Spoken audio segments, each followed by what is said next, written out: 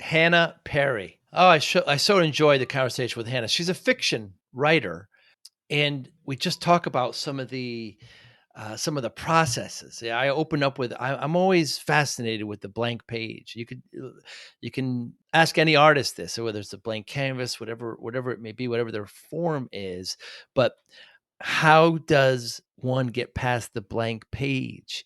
And especially with fiction, she's written these great books, the Isabella Rockwell Chronicles, and the main character, Isabella Rockwell. I ask about her journey, and I hear this from fiction writers all the time, and it endlessly fascinates me about she wasn't sure where the character was going to go.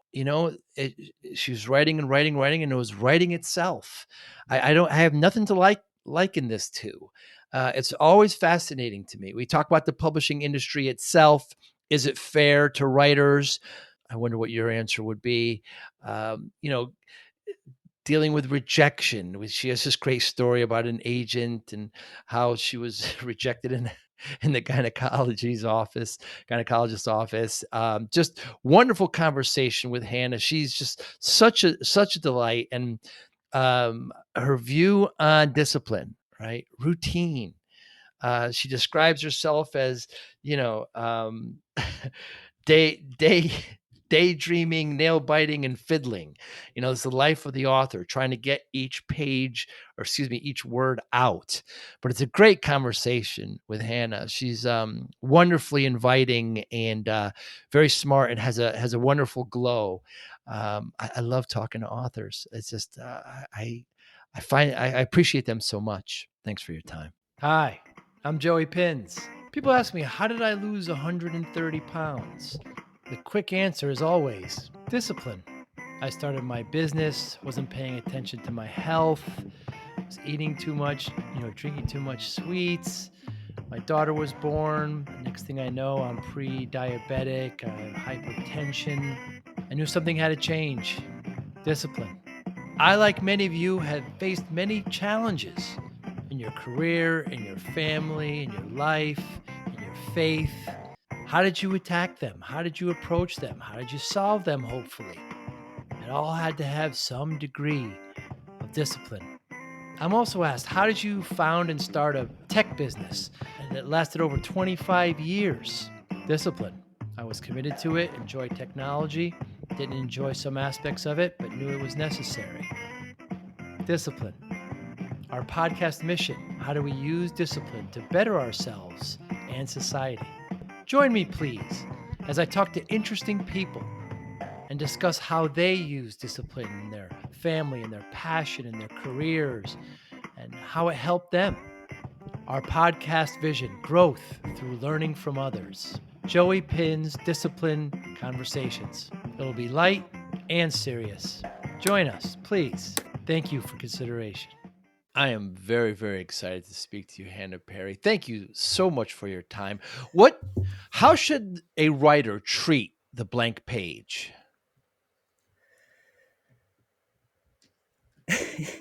Half of me wants to say it's like a sort of enemy, right?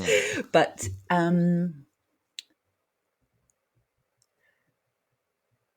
I think if I sat down. I never really thought about, I can write a book. What I thought about was, what actually happened was that I read a book a long time ago. And when I finished it, I was so cross. And a part of me thought, I can write a better book than that. And then something in my head just said, very loud voice said, well, why don't you then, instead of sitting around being rude about other people, why don't you sit down and write yourself? And so I had a little idea. And so the page was blank. But what I found was that the more I wrote, I was writing to see what I thought about things. And I think I still do that. It was less easy for me to, if you're not terribly confident, to have ideas about the world and how you perceive things. I find it much more easy to write it down, and then I can see what I think, and then I can look at it and think, oh yeah, that's okay.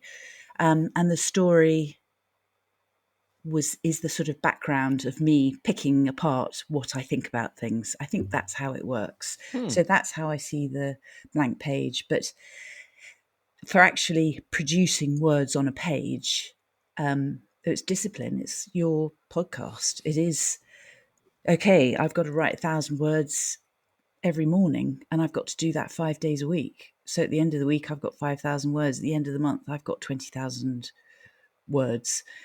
And God willing, I've got a first draft within 6 months. That would be my answer to the blank page. But yes, it can look really daunting at first. Hmm. I think you can ask any artist that, the blank canvas, the blank musical sheet. But you said you were reading something and it got you cross. Was it the plot of the story? Was it the way the author wrote it? Was it what got you angry? I think I felt slightly that I'd wasted my time reading it. You Uh, know, a very uh, sort of selfish, self-orientated person thinking, oh, I've spent 3 days reading that, and there was nothing wrong with it. It's just, I suppose, occasionally on the front of books they can be overhyped, mm. and I'd I felt like I'd wanted to be entertained, and I hadn't been entertained because that's all right. All fiction is really. I mean, we're not. I mean, it would be lovely. It's terribly important, but we're not splitting the atom. Mm. I still think it's entertainment for the brain. It's pleasure. It's escapism. Non-fiction, that's something different. But for me, fiction is fun or sadness or whatever it makes you feel. But it will take you out of reality, and that's what I wanted. And I think maybe this book didn't really do that for Mm. me.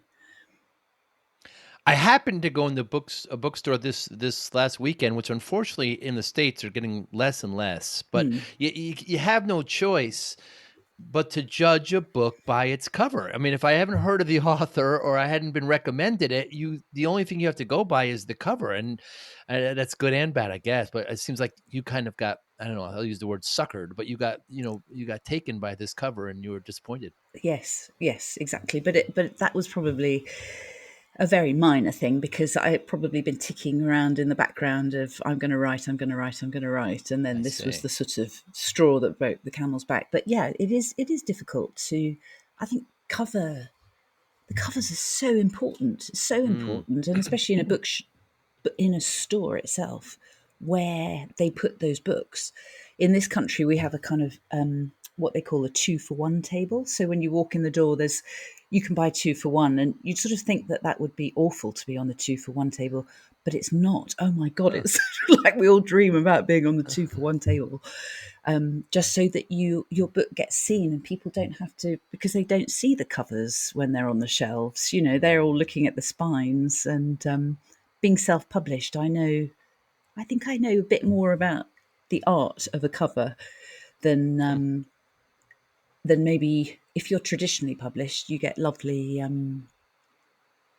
it's a very big deal. I've got traditionally published friends, and there's a lot of discussion around, do you like this cover? They'll upload it to private groups. What do you think? Should we have this one? Should we have that one? It's a very interesting marketing tool on its own, Mm. actually. Yeah. Have you written a book? I'm actually in the process now, but it's fascinating that you're right. When I was in the store, certain colors grabbed me, right? Certain, Absolutely. motifs. I saw the whole young adult section, and while I'm not a young adult, I still kind of, wandered in there and saw a lot of young adults and kind of noticed what they were picking up. I did notice that self help was replaced by another term that's just escaping me now, but perhaps I'm late to this. Self development? No, Could be personal development, I think. personal development. Mm. Instead of, because I remember years ago, we're into self help, and perhaps that phrase is just going away. But you mentioned before your process where you want to kind of write things down, Hannah, and then you can see what you're thinking. That sounds more nonfiction than fiction to me. When you say you're writing your thoughts down, are you writing current events, or you're just thinking of characters? No, I think I'm just thinking of characters really, or those characters go into a situation and how they react I guess, is how I would react, even though I'm not thinking about that consciously. So, but it gives me the chance to, oh, okay, so this is what happened to her, and this is how I would react in that situation. That's what I mean by sort of writing it down to see what I would do. I think that doesn't sound very clear. Maybe I need to clarify that a bit more, but that's what my own emotions are with regards to certain topics. And I've written the children's books I've written are about loss and grief, and the adult ones I've written are about adult things like addiction and disease and motherhood. And so by talking about all of that stuff, I find out how I really feel. I don't sound very in touch with myself, do I? No, But completely. Do you storyboard, or do you use pictures? Do you use words? I use a board actually, and I do the. Have you heard of Save the Cat? I do a plot outline. So there are certain beats within the structure of a book that you want to hit for a good story. You know, there's the midpoint crisis, which is where something terrible will happen, and the hero of the story has to look at themselves, and what will normally happen at that point, they either decide to carry on and become very, very successful and fight their way through. Well, that's sort of what you hope, that they'll fight their way through, Mm. or they will go down into the depths and not want to come. And that's when it's a tragedy, when they don't want to come back up out of the depths. So if I was thinking about a midpoint, I'll try and think about one like in a movie that I would be able to give you an example. And Interesting. then there's but there can be 20 different fiction beats that you follow all the way through, and I'll just write it on a big white storyboard, and sometimes I'll have all of the beats, and then other times I'll have three of the beats, and you can sort of start from there and think, well, what might happen here, what might happen there, but then you have to balance that with whether you think that's feasible, that your character would actually behave in that way. So that is how I start. But the end, there's a lot of scribbling and rubbing out and redoing Mm. and going back to the beginning, because for me, if the beginning's not right, the rest of it's not right. Although I know some people who can write in ways where they can write sort of a chapter 5, chapter 12, and chapter 17, and Mm. I don't know how they do that. I have to start at the beginning and go along to the end, and it all has to match up. But it's just your process. Everybody's different. All authors are different. So you're Isabella Rockwell. So did you know how much of her is you, and did you know what was going to happen to her before you started writing? No, I didn't know exactly what was going to happen to her. I really loved. Um, I was brought up on all those. I suppose you call it kind of colonial fiction by Frances Burnett, she wrote something called The Little Princess, and if you were growing up in the 1970s, and you were a girl, you would read all these books. I knew that I really liked the idea of a child who was brought up in a culture that wasn't hers, Mm. and I was very moved by reading England took over India for a couple of hundred years, but in 1857 there was a massive revolution, and a lot of Indian servants died protecting English children that they had looked after, brought up, because the English soldiers and mothers didn't want to have any, they would just be out drinking tea or drinking gin on the lawn or whatever it is they did. Terribly moving. And I wanted to have this child. I moved from the States back to England when I was 6, and I found it really difficult. Really, really difficult. I Mm. asked my mother once how long it took for my American accent to go, and she said it was in a matter of weeks. That obviously I'd gone to an English school, and I had to fit in so fast that Wow. my accent just disappeared. And I just remember being really miserable. And I thought I would give her the same experience. How weird would it be that she would then, Hmm. instead of it being round the other way, I would bring her back to London, see, and then she gets caught up with all sorts of. It's like an alternate history, really, with the Princess Victoria, who had a very miserable little life, to be honest. So, and then the next thing, it all sort of became a bit Charles Dickens, and but but underpinning her life was the loss of her father. And I wrote this book just before and after my father died. I've been looking after him. I've been taking care of him for a couple of years, and then he died young, and so this was a way of processing that grief, actually. And then it continues in the second book where she actually finds him, so I could write my own happy ending.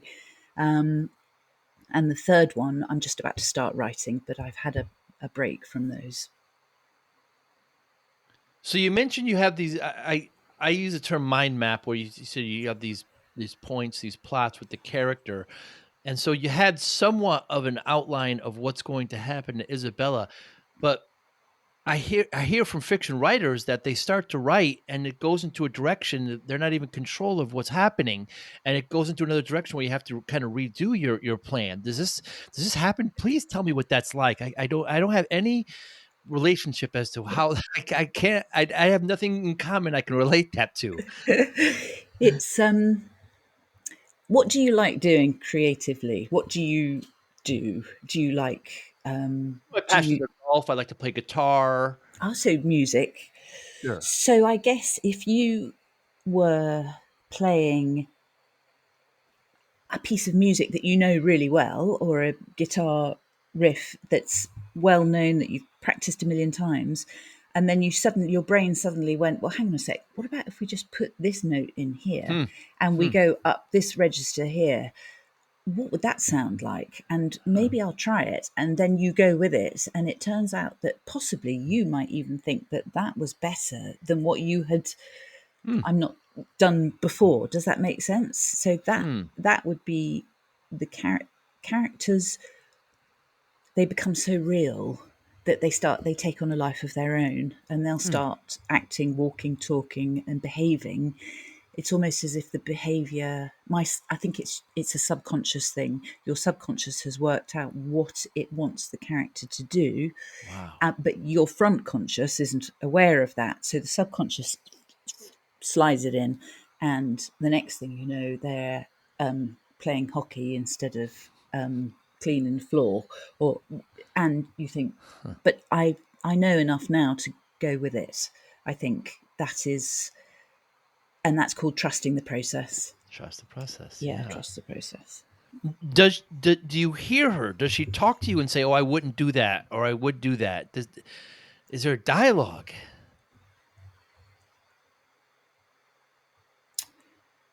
Only insofar as I hear what she says in my head, yes. Wow. But I she doesn't talk to me, but then I just write down what she says. Huh. Sorry, that sounds so hooey, doesn't it? But No, your vessel. I just write it. I'm just there to just do the do the writing. Yeah, it's a funny old thing, isn't it? Creativity is a funny It thing. It is a I is. think it is a left brain activity, or so they say. Is it left brain or right brain? I can't remember. I But can't remember either. it's the bit of your brain that is with that bit where just before you go to sleep, that very relaxed state, alpha Mm. waves and all that. I think that's a very, if you're in the zone, that's what your brain is doing, which allows, I think it's your front thinking stops and it allows the stuff at the back to come forward. There's a great story how Bob Dylan wrote the song "Along the Watchtower," and within weeks, Jimi Hendrix started performing it, and within weeks, Bob Dylan saw Jimi Hendrix perform his song, and Bob Dylan said, "That's the way the song should have been done. I will never play it again. It was never mine." That's So this amazing. gives me chills when I hear this kind of things because it's like this. It came to him, but it wasn't his, so he passed it on inadvertently to somebody else that he felt it belonged to. Yes, yes, yes, yes. There's an author that says, I think it's Margaret Atwood or somebody hugely famous. She says, "I can hear the idea coming towards me." Huh. I mean, that's very advanced. But she says she hears it coming and then she decides whether she's going to take it on or not, or whether. And Elizabeth Gilbert, who writes on creativity, she says the idea, if it doesn't stick with you, it will move on. It will express itself, but it will go and find somebody else who wants to express it. But imagine having Bob Dylan say that about you. Yes. That's Yes. amazing, amazing. Yeah, it's just creativity. It's absolutely wonderful. And those that we start with the blank page. So when you have kind of this, where you just have these times where you just can't be creative, and I don't know, you just got to trust the process and get out of the way. I guess it's easier to say than do for many. Hmm, hmm. Um, I did a master's. I left school really young. I was really naughty and I got thrown out. And I did a master's, and my favourite tutor, he would he would always choose the bits that I had written as a join up between the last bit and the new bit. You know, when I'd had a Mm. break, I would kind of write myself in a couple of sentences that I wasn't even thinking about. You know, I was planning the sort of next great big thing that was going to happen. And he'd always pick up those sentences and say, "That's so good. That's such a good sentence." And I think, but that was just the filler. That's filler sentence. But I think what he meant was because I wasn't thinking about it, you know, I was just going blah, blah, blah, blah, because I got to, you know, it was very, very interesting that he said that. I've never forgotten that it's not, first of all, it doesn't all have to be perfect. And Mm. it's not your beautiful, flowery sentences that are the amazing ones, you know, and to maybe just take a step back and relax a bit. It doesn't all have to be perfect. But the empty page is hard, yes. It certainly Are you is. writing a non-fiction or? Sure, it has to do with discipline, and where I treat it as a spectrum, and um, but what you just said right there is fascinating. That we do need to have, and I don't mean to redivert. I have these questions, and they just keep coming up. Yeah, Hannah, go for it. we need to have these. We don't need, but it's wonderful to have these people of encouragement to carry us along the way, and perhaps that's part of the creative process too, where it's there, and these certain people have kind of brought it out and let you see it a bit. Absolutely, absolutely. I wouldn't be talking to you now if people over the last, and it's been 15 years, I think, maybe even longer, from the times that I was actually starting to write. People hadn't, it just starts small, you know. People come and the first book I wrote, an agent wrote back and said, "Well, I really like this, but it's terrible, but could you just change this and change that?" But you know, so that was the beginning. And if she hadn't have said that to me, I would have just stopped right there in 2000, 2001 or whenever it was. And then formalizing it all by going to school and learning about Mm. how to do it properly, and opening myself up to people far better educated than I was, as far as I was concerned, so much better at writing than I was. And then having a teacher who turns to you and says, "You can write anything. You can Mm. write anything." I'll never forget her saying that. Even if it wasn't true, it was Right. a really kind thing to say. I'm very, yeah, really grateful to her. And entering competitions and sending things off to agents and getting an agent and then almost getting a publisher and not quite getting a publisher, and getting shortlisted for writing awards, and every single little brick in the wall, plus at the same time wanting to write because I love it, has kept me going. That's not to say that this year I didn't nearly throw it all out the window and I thought to myself, that's it, I'm not doing it anymore. But what happened was that I actually ended up taking 6 months off. And I thought at the time, that's not going to make any difference. I'm not coming back to this. But of course, I did. And I came back to it and chose a different route with this book that I was upset that I hadn't been able to get a traditional deal with. Mm. And now I'm talking to you. I would never have seen that in my quiet little, authors really like to just sit under a rock. We don't like to come out, talk about our work or our process. But having said that, I'm proud of what I've achieved. So I'm really happy to talk about it now. And it's just really getting the guts up to put myself and then to have conversations like this, like we're having now. I can't remember what the question was. Well, you mentioned the agent. I hope that wasn't the Oh, same yeah. agent that fired you at the gynecology office. Yes. Yes. I mean, that's like the worst day of my life of all time. So I got the book that's just coming out now. I wrote, it's a very dark, I used to be a nurse. I was a pediatric nurse, and it was a dark thriller about the NHS. And I don't know if you NHS. NHS, which is our National Health Service in the I see. UK, which is a much maligned, permanently underfunded system that's constantly under. It's just, we've run out of money basically. And so I wrote this book, and she took it on, and she really liked it. But it was quite critical of the system. It was more, not so much of the NHS, but more against big pharma. And I finished it at the end of 2019, and she took me on in January 2020. And she sent it out to publishers, because you get the agent and then they submit to publishers on your behalf. The same week that our Prime Minister got admitted to intensive care with COVID. So she couldn't sell it because the whole country rallied around the National Health Service. We were making sure that to try and keep the beds Huh. empty so that all the COVID patients would have somewhere to go. So very protective of our NHS.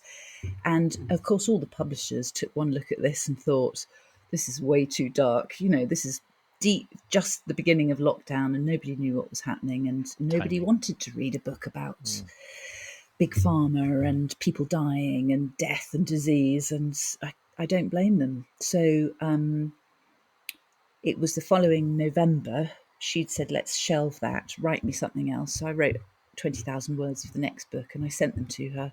And I was waiting for my gynecologist. My agent rang me in the waiting room. She said, I'm terribly sorry, I'm going to have to let you go for personal reasons, but also she was concentrating on non-fiction. And then I went into the guy, and I just thought, I can't think about this now. And I went into the gynecologist, and she said, I'm sorry, you're going to have an operation. And I thought, oh yeah, of course I am.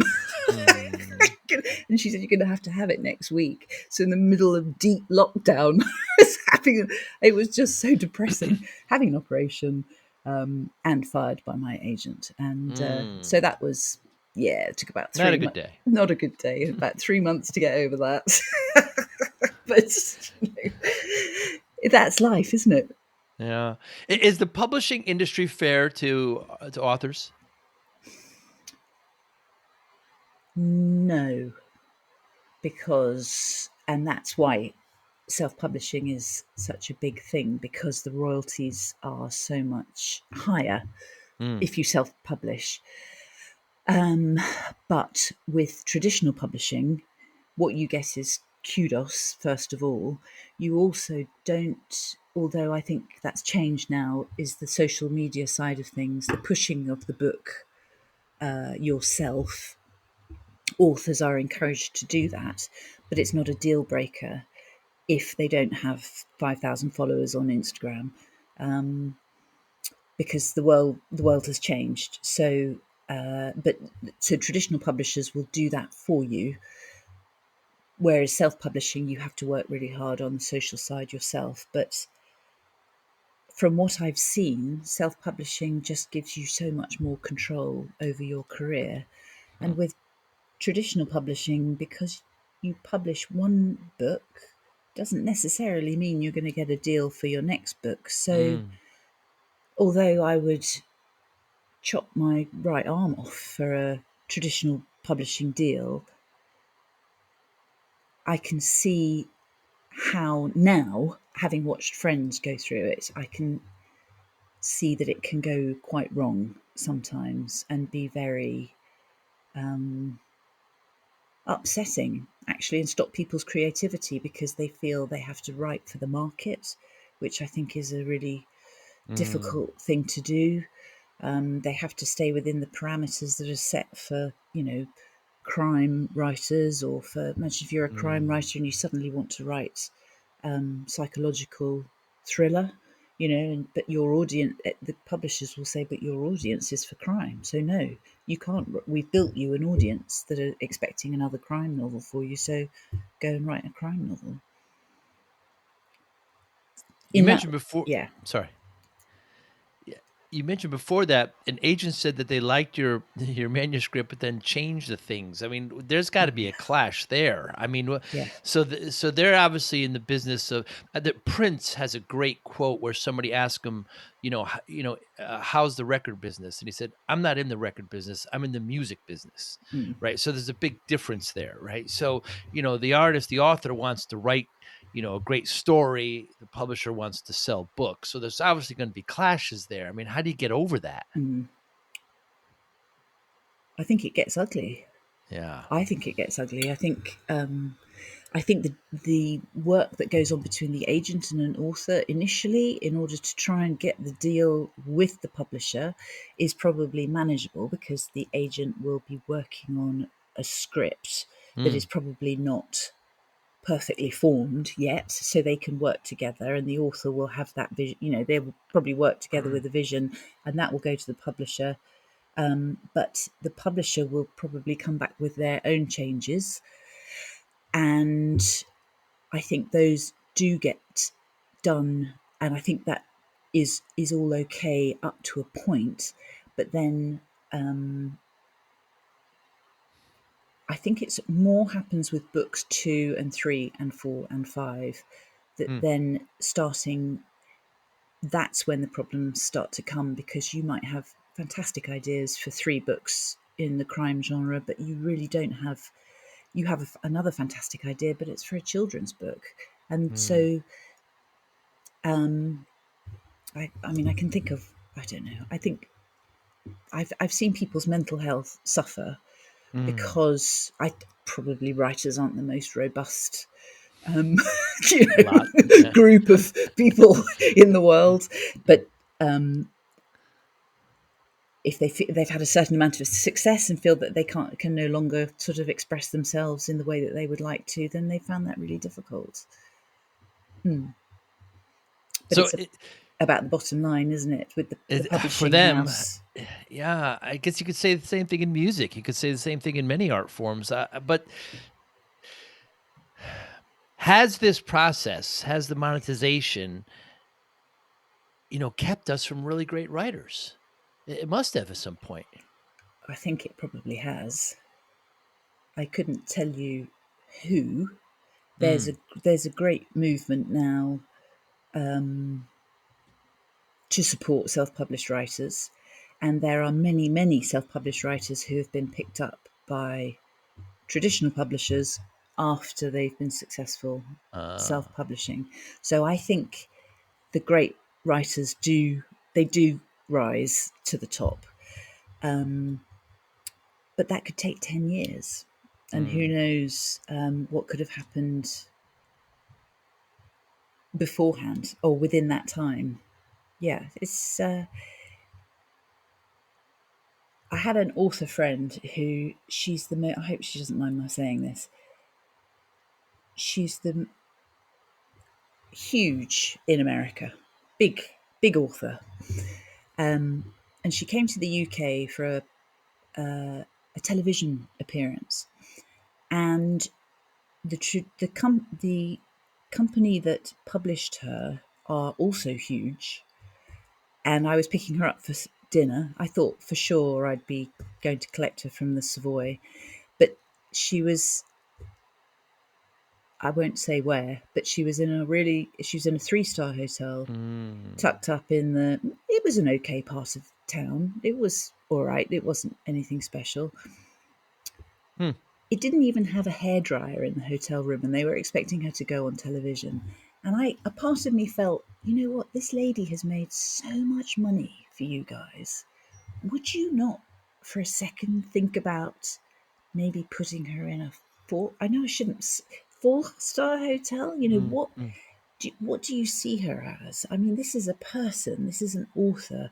If you don't have her, you don't have the book mm, to give her to sell, basically. And she is selling hundreds of thousands of books for them. So it kind of made me feel a bit sick, actually, because I mm, wondered, is that how publishers perceive their writers? You know, if this lady couldn't get a 4-star hotel, what chance do the rest of us? I mean, mm, not that it should be mm. about hotels, but it was just a little tiny Of glimpse in. course. I shouldn't be saying this. I'll never get a traditional deal ever, and No, I no. have no experience of it. But Mm, I thought that was wrong. I thought that was wrong. That creativity should somehow be undervalued. mm. You mentioned before that you went back to school to kind of to learn the true craft of writing. Do you recommend that for others? Um, I was lucky that I was in the position of having the money that it's expensive. I had the Yeah. money that I could do it. My father had died, so I'd been left a bit of money, and it's not a it's not a must. It's not absolutely not a must these days. There's fantastic online courses that you can do. There's courses where you don't have to do a master's, you don't have to go to university. You can just do courses that are run by some of the literary agents will run their own courses because they're looking for books. So they have their own courses. The Faber Academy in this country do some wonderful courses as well. So you don't have to go back to school. I went back to school because I knew that my education was patchy at best, Mm, and mm, I mm, wanted to learn all the English grammar and, paragraphs and how to edit and actually how to read, because so long as you're reading a lot all the time and you never stop reading, then I think you can write, mm, mm. because it's you're just copying, really, in a way. Does that make sense? Absolutely. Yeah, you've sort of absorbed how it's been done, and you will roughly be headed in the right direction. Every artist is a thief. I don't Totally. forget who said that. Yeah. But um, with inspiration. Prince was interesting, though, wasn't he? Because he just said, I'm not doing this anymore. Yeah. Yeah, yeah. Just went and became the squiggle.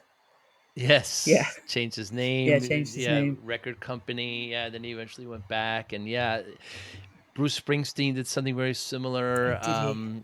yeah, oh, what's his name? Neil Young also did something very similar as well, so you see this that constant clash. So, what do you what do you tell aspiring authors giving self-publishing, giving the I was going to say cruelty, but the injustice of the publishing industry.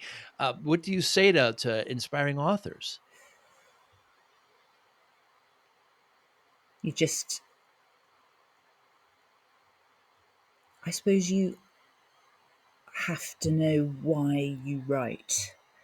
And I write primarily for myself. I write, my reader is me. Mm, So I'm mm, writing things I would like to read, either as a child or as an adult. And if I know that the biggest pleasure I get is from people saying, "I really enjoyed reading your book. I really enjoyed it. I loved where she did X, or I learned this, or I felt like this." That gives me such a kick. And I think if that is why you write, or if you're an aspiring author, if you're going to say to yourself, I'm going to be at the top of the New York Times bestseller list within 5 years, I would say hats off to you, go for it. It's very unlikely. It's a tough, tough world.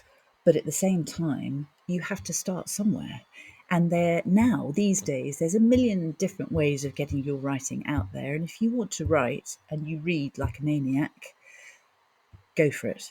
Just sit down and do it. Because I think somebody else said this, people who can write usually do. Does that make sense? mm.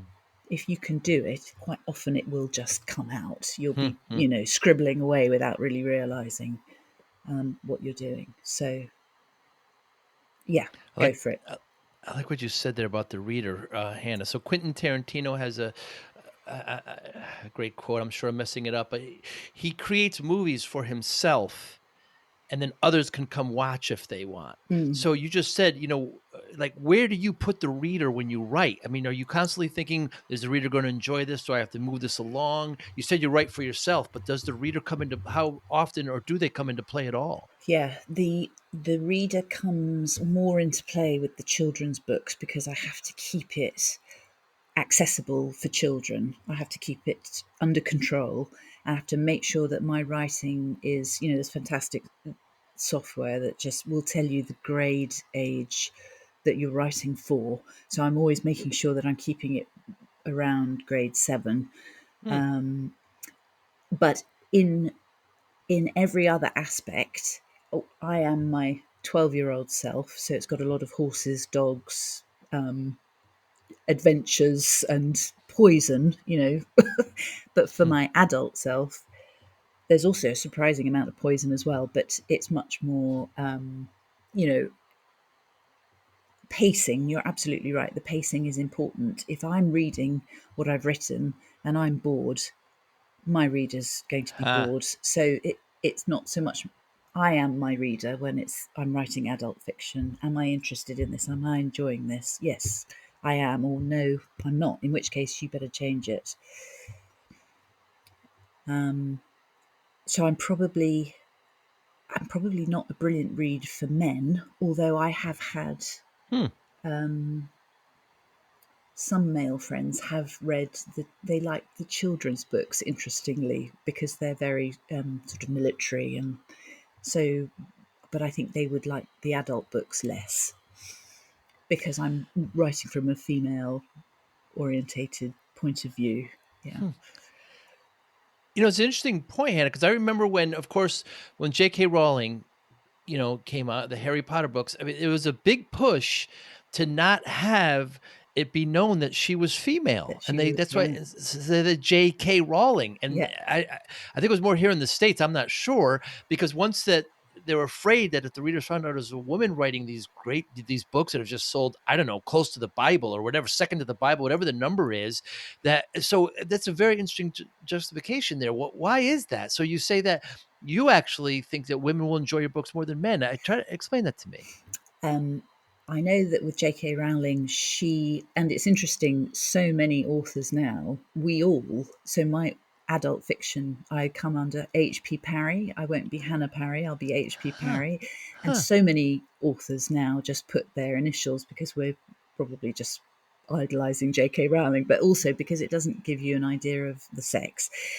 But Harry Potter was important because her main character was a boy, and they were worried that if she was Ah, Jo Rowling on the front cover, that the little boys would all sit there and go, "I'm not reading that. I want to," right, So, right. which then, and probably even now, I hate to say it, is probably the case. Hmm. So that's why they did that. I can't remember what your question was. Why I Why do you think that women enjoy your work more? um, because I explore female. Because I explore everything from the female point of view, and actually, really, because most of my main characters are female, my male characters, there's lots of them, but they tend to be tertiary. Huh. There's a love interest in the first one, and I probably done it the other way around, or I shouldn't have done it, but the poor male characters just to come in as a love interest. It's a bit better in the second book, but yes, that's probably something I need to look at. So just exploring myself rather than writing as a male character. I haven't been Hmm. brave enough to do that yet. They say So that women are very good at writing male characters, and that men are less good at writing female characters. interesting. It is interesting, isn't it? That Yeah, is interesting. yeah. And Growing up as an adolescent, I had such a fascination with the opposite sex, of course, and to the point where, I'd go to a doctor's appointment or a dentist appointment. Back then, we had magazines. I don't know if the youth know what that is, but so we had magazines in the waiting room, and I would always gravitate towards the women's one. I didn't want to go to the men's one. I already know what men think. I have men friends. I am a man. I want to go to the women ones to see how, wow, this is what they find interesting. So perhaps I was just odd in that aspect, but that's how I found perspective. And it's an interesting dynamic when an author is a particular gender and how the characters come across. yes, Very, very interesting. yeah, and of course, J.K. Rowling, she now writes as Robert Galbraith, which is a Scottish surname. Uh, She writes crime, so she's got 5 big crime novels, and she's writing from, well, actually, she's at all different points of view, but her main character is a man. He's a private huh. detective. So she's taken it one step further, and she's actually got herself but she's chosen to have a pen name of a man. And I Oh. don't know I haven't really thought about that, but that's, you've made me think of that. What's that Mm-hmm. about? That she's actually gone, oh, right, okay, I'm not J.K. Rowling. I'm just Robert Galbraith writing. Here's my main character, who's a very masculine man. Quite interesting. Quite interesting. I hear actors say that, once they put on the shoes or wear some of the clothes of the character they're portraying, that's how they slide into that role. And perhaps I'm pure conjecture here, is that maybe when she's writing for those characters, she needs to be that person that she's pen named as. I don't know, Yes. just No, I perhaps think, that has something to do with some conditioning. yeah, I think you exactly. You can say, yeah, now I'm Robert Galbraith. Right. I'm a sort of slightly depressed Scottish, where it always rains, and I drink a lot of whiskey, and I can write about this sort of beaten up old guy being a private detective is perfect, actually. Yeah, I'm sure you're right. Hmm. Fascinating. Your process, is it more art or science? There are two. There are two different types of fiction writers. We're called, you're either a plotter or you're something called a pantser. I don't know if you've heard the word I pantser, have. but pantser, fly by the seat of your pants. And Hmm.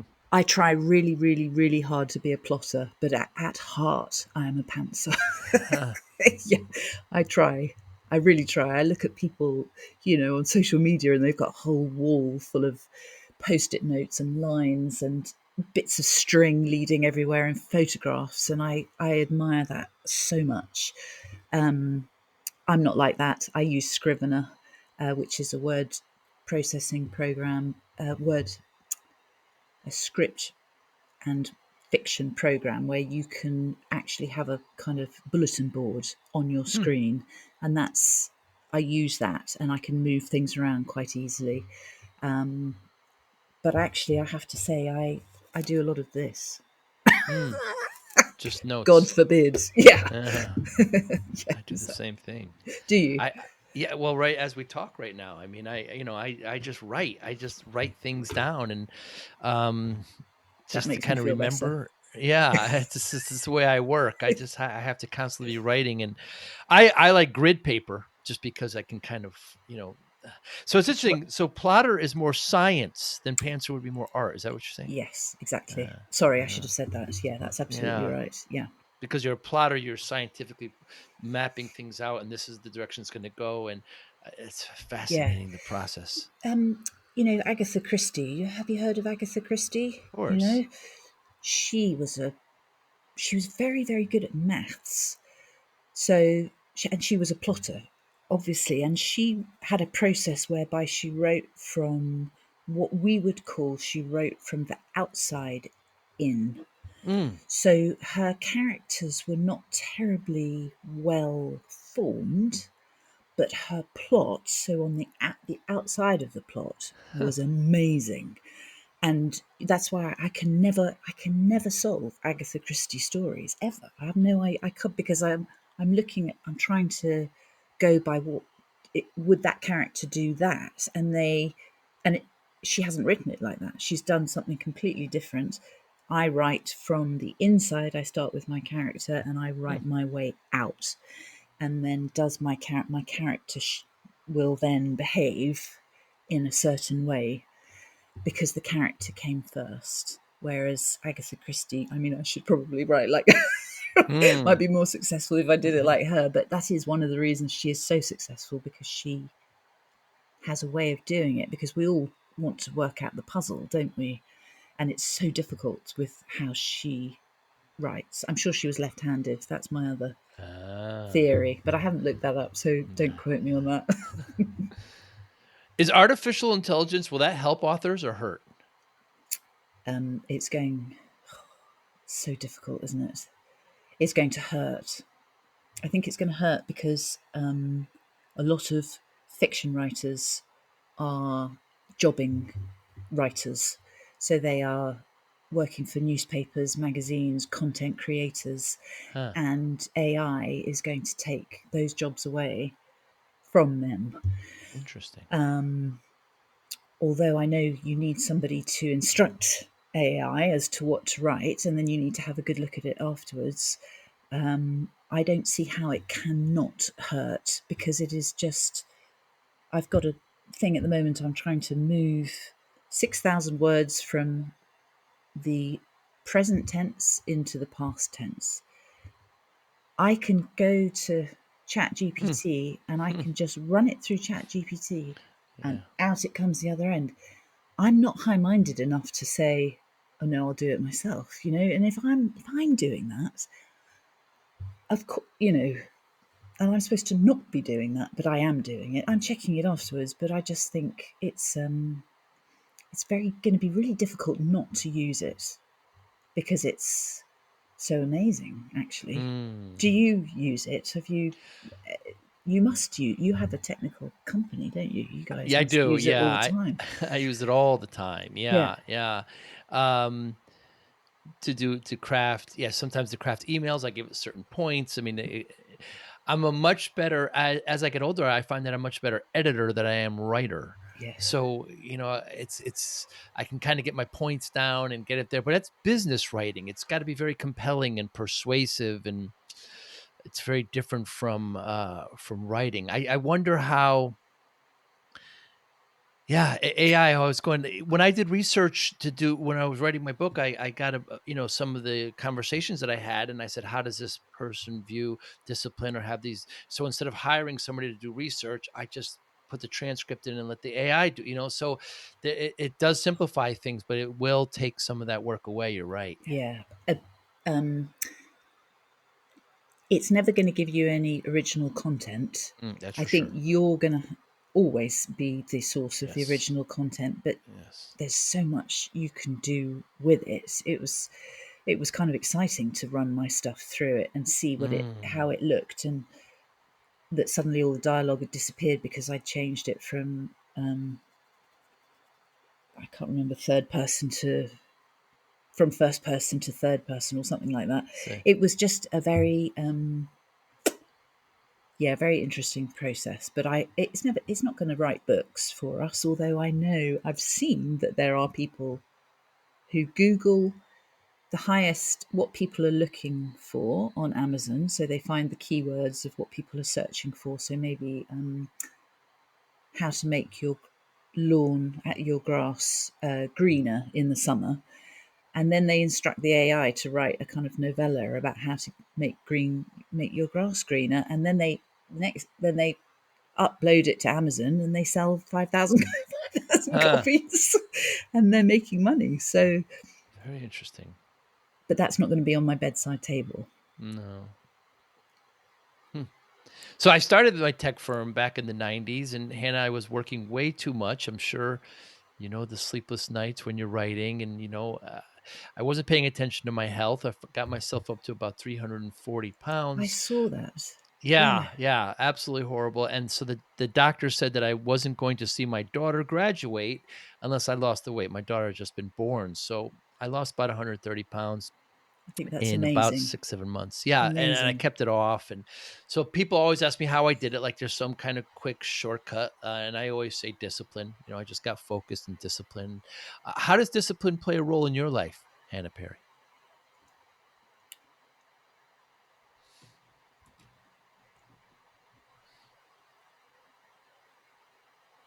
I think if I keep to, I have to have a routine. I'm not a disciplined person. I'm a daydreaming, nail biting sort of fiddler arounder. So I have to stick to the same routine, which I can do mostly every day up until about lunchtime, and then the wheels fall off. But within that time, so long as I get up and I have my coffee, I meditate because I find that really helps ground me for the day. Mm, It helps my mm, focus and my concentration. And then I hop on a writer's hour. We have a London Writers Salon. They've got hours in the States as well where you can just sit and write with other writers. And that runs from 8 till 9 in the morning. That starts me off, and then I sit until I've done my 1,000 words, and I'm not hmm. allowed to do anything else until I've done my 1,000 words. Wow. And sometimes that could take until supper time, but mostly I'm done by about two, 1 or 2.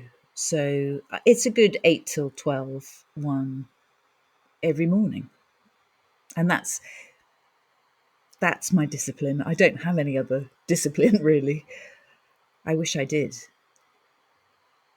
Maybe you could Routine. give me some ideas. Oh, I'm not the king of discipline. I use it well in some areas and not in others, but I hear routine quite Routine. often. Do Yeah. you?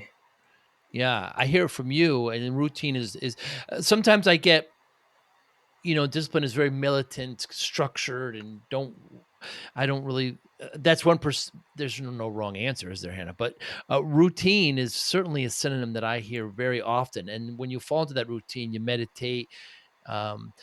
Could you say that your 1,000 words are a form of journaling? No, they will be They're prose. They're the actually, prose. Yeah. yeah. Yeah. I will read what I wrote yesterday. So that could take 10, 15 minutes, kind of reading myself into it. And Interesting. then I'm hoping, as I finish that sentence, I'm into the next sentence. But also, I'll have my little sort of very messy plot next to me as well, so I know where I'm going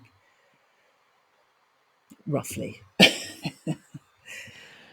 Daydreaming, nail biting, and fiddling. Yeah, it's it creates quite a picture of an author, of somebody who's, of an artist kind of grinding and trying to get the best out. Somebody said writing is easy. You just have to sit down and open a vein. Not a problem, it's, but it is, I mean, it's hard sometimes. It's really hard, but then when it's not hard and it's flowing and it all comes out and you write a sentence and you think, wow, one of the best things that can happen is for me to come down the next morning and think, wow, did I really write that? That means Mm. I was in the flow, and I'm really happy with that. But it doesn't happen very often, but it's great when it does happen. It is amazing how some days you just feel like you get so much done and everything's just, flowing together, and things are coming together. Your work, you're getting lots of things done. And there's some days where it's just slower and it's just not happening. What motivates you, Hannah Perry?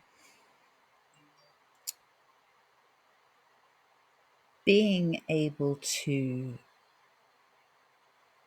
give something to the, I suppose, having my voice heard. Hmm. I think when I grew up, that was difficult. The family of origin was a difficult household to live in. And writing things down was a way of, yeah, making myself heard and having a voice. And as time's passed and people start saying, oh, I like hearing what you have to say, because in general company I don't really say very much. Somebody actually said to a friend of mine, that Hannah, she's all right, she doesn't say much, does she? My friend was like, well, no, not really. But I love it when a reader says, I just liked it. It's ego. It's ego. It Mm, must be mm, ego, mm, because they mm, say, I really enjoyed what you wrote. I enjoyed, it made me think about XYZ, or it just transported me to somewhere else. But I think at the heart of it, answering your question, is having a voice. Yeah, that mm. would be it. Having a voice and also having it heard. Yeah, exactly. Exactly. Hmm. Yeah. So, how do you measure success? Um,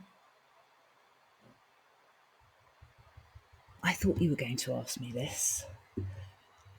I think for me, it's it's the same thing, really. It's the same Mm, thing. I could say, yeah, 10,000 downloads would be success, and financial freedom would be success.